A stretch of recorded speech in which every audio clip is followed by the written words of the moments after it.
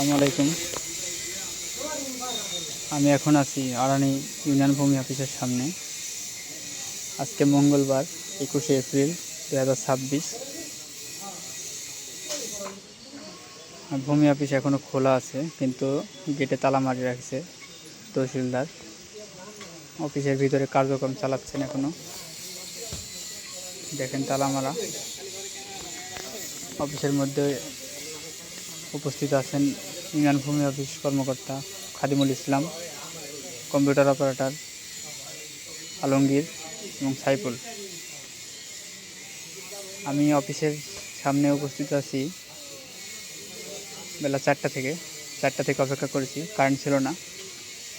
Current আসার পরে আমি ওনাকে বলেছি যে আমি একটা খাজনা দেওয়ার জন্য হোল্ডিং আবেদন করেছি, কিন্তু এটা অনুমোদন এখন পর্যন্ত দেয়নি। উনি আমাকে বলছে যে কালকে দিব, পরের দিন দিব, এই সেই বিভিন্ন কথাবার্তা বলছেন।